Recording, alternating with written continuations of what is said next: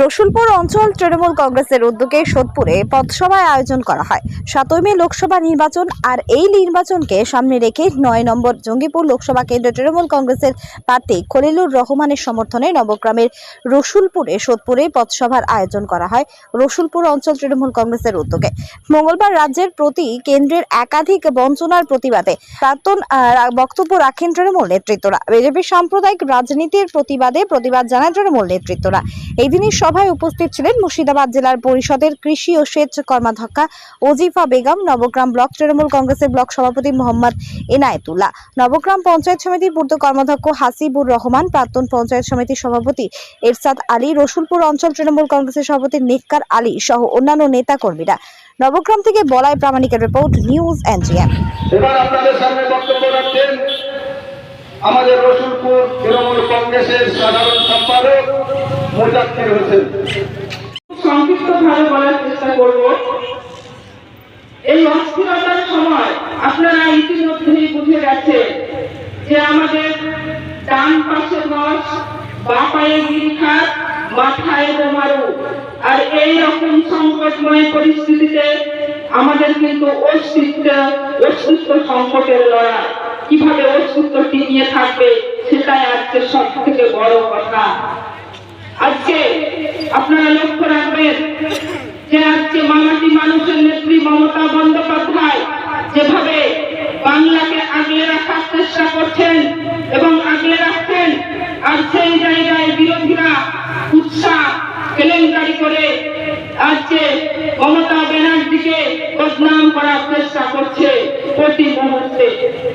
কেউ শুনবেন না। এই ভোটের সময় আসবে, মিথ্যা কথা বলবে, আর মিথ্যা কথা বলে কিছু মানুষকে ভুল বুঝাবে। তারা বলবে যে আপনারা দরিয়াতে ঝাঁপ দিবেন না। তারা মানুষের ভালো চাই না, মানুষের সুখ চাই না। আজকে আমাদের কোনো অভাব নেই, আমাদের কোনো দুষ্কৃতিকে আমরা চোখরা মনে করবে না, কোনো দুষ্কৃতির চোখরা আমরা করবে না। আমরা তৃণমূল কংগ্রেস সৈনিক, আমরা মরতে জানি। আর ঘাস ফুল যত কাটবেন তত বাড়বে। আমরা মানুষের মাঝে থাকি, সবসময় থাকি। আজ মানুষের যখন আপদ উঠেছে, দেখুন তৃণমূল কংগ্রেসের সৈনিক ছাড়া কি আছে বলে। কাউকে কারোর একটা অসুবিধা হয়েছে, কে হাজির? এই গ্রাম পঞ্চায়েত মেম্বার, নাহলে বুথ সভাপতি, নাহলে পঞ্চায়েত সমিতি মেম্বার, জেলা পরিষদ। আরে মানুষের উন্নয়ন করবো তো আমরাই। উন্নয়ন করতে গেলে শুধু ব্যক্তিগত টাকায় হয় না। ব্যক্তিগত টাকায় কত টাকার উন্নয়ন হয়? সরকারি অনুদান লাগে, সেটা মুখ্যমন্ত্রী মহাশয় দিচ্ছে। সরকারি অনুদান দিতে গেলে পঞ্চায়েত দরকার। পঞ্চায়েত কার? তৃণমূলের। সরকারি অনুদান দিতে গেলে পঞ্চায়েত সমিতি দরকার। পঞ্চায়েত সমিতি কার? তৃণমূলের। সরকারি অনুদান দিতে গেলে জেলা পরিষদ দরকার। জেলা পরিষদ কার? তৃণমূলের। কর্মদক্ষাকে জেলা পরিষদের বৃহৎ কর্মদক্ষা আমাদের অধিকার। সরকারি অনুদান দিতে গেলে এমএলএ দরকার। এমএলএ কার? তৃণমূলের কানাই চন্দ্রমন্ডল মহাশয়। সরকারি অনুদান দিতে গেলে এমপি দরকার। এমপি কার? তৃণমূলের খলিল সাহেব আবার হবে। মানুষের পরিষদ দিতে গেলে রাজ্য সরকার দরকার। রাজ্য সরকার কার?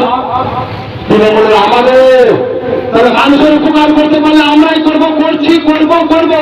তারা কি করবে? কিছু মানুষ ভুল পথে যাচ্ছেন, আমরা কিছু বলি না, আমরা ক্ষমা করি, আমরা ক্ষমা করতে জানি। তাদের বিপদে পড়লে আমরাই আগে যাই। তাই এই ভুলগুলো করবেন না। খলিল সাহেবের মতো এরকম ভদ্রলোক জীবনে কাউকে পাবেন না। এই ভুলগুলো আপনার ভুল বোঝাবে।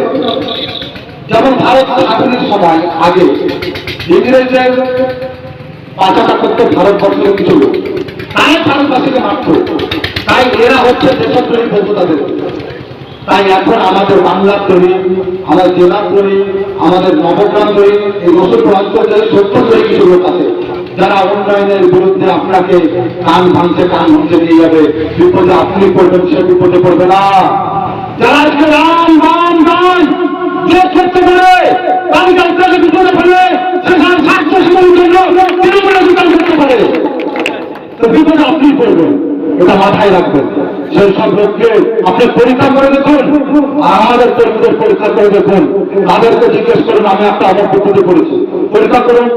তখন সাত সতেরো গল্প, কেন পঞ্চায়েত দেয় না, মুখ্যমন্ত্রী অনুদান নাই, অমুক সমক অমুক কোনো গল্প করে আর পরে মুখ্য মিষ্টি কথা হলো, ঠিক আছে আজকে পরে দেখা হবে। আর আমার আত্মার কর্মীকে কোনো কর্মীকে বলুন তো, যে আমি অবস্থা পেতে করছি, সঙ্গে সঙ্গে 8 ঘন্টার মধ্যে, অনেক দূর হলে 8 ঘন্টার মধ্যে আমাদের কাছে মেসেজ পৌঁছাবে। আমাদের এমপি সাহেব, এমএলএ সাহেব, আমরা আমাদের অঞ্চল সভাপতি, প্রধান, উপপ্রধান, আমাদের মেম্বার, জেলা পরিষদের মেম্বার, যে কেউ আপনার কাছে সংবাদ ছাড়া পৌঁছে আর ঝাঁপিয়ে পড়বে। অনেকে পঞ্চায়েতে ভোট দেননি, তারা আজ বুঝতে পারছে যে কি ভুল করেছে, কি ভুল করেছে, কি ভুল করেছে, তারা পরিবর্তন হচ্ছে। তবে লাস্ট কথা এটাই বলতে চাই যে অনেকে দেখবেন নিজের আত্মীয় স্বজনকে নিজেরা ভুলে যায়, কিন্তু আমরা দল দায়ী করি, আমরা দল দায়ী করি, আমরা এক হাওয়া, এক বায়ু, এক জল, এক জায়গায় আমরা সব মানুষ হয়েছি। আমরা দল সেটাই করি, দলের সময় ভোট করবো, সব করবো, ঠিক আছে, কিন্তু আমাদের যারা বয়স্ক গার্জেন তারা অপমানিত হলে আমরা সহ্য করবো না। আমরা সবাই ভাইয়ের মতো, বন্ধুর মতো, কিন্তু আমাদের দলে আমাদের ভোট দান তাই ভোট করতে হবে। এখানে আমি একটা কথাই বলে যাই যে আমাদের গোলাম হোসেন চাচা বেঁচে আছেন, মাজেদ চাচা বেঁচে আছেন, স্বর্গীয় মাসুদ চাচা মারা গেছেন, আমজাদ ভাই মারা গেছেন। এদের প্রতি যারা অন্যায় করেছে তার ছেলে পেলে গদ্দারের মতো মিশতে পারে, কিন্তু আমরা ছেড়ে কথা বলবো না। আমরা তাদেরকে হাড়ে হাড়ে টক্কর দেবো, কারণ সেই লোকগুলো তো ভালো লোক ছিলেন, সেই লোকগুলো তো আমাদের ভালো কথা শিখিয়েছেন।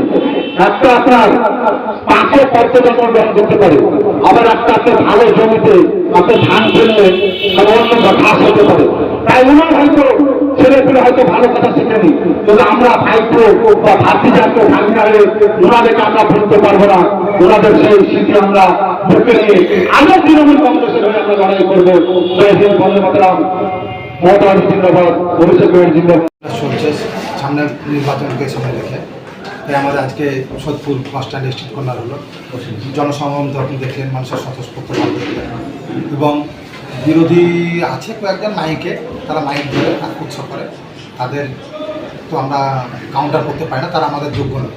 আর মুখ্যমন্ত্রী সৈনিক হতে যে যোগ্যতাটুকু দরকার সেটুকু কিছুই নেই ওনাদের। তাই আমরা মানুষকে যে আমরা কাজগুলো করেছি, মুখ্যমন্ত্রী মহাশয় মানুষের জন্য কী করছেন, আমরা আগামী দিনে কী করতে চলেছি, সেগুলো তুলে ধরলাম মানুষের কাছে।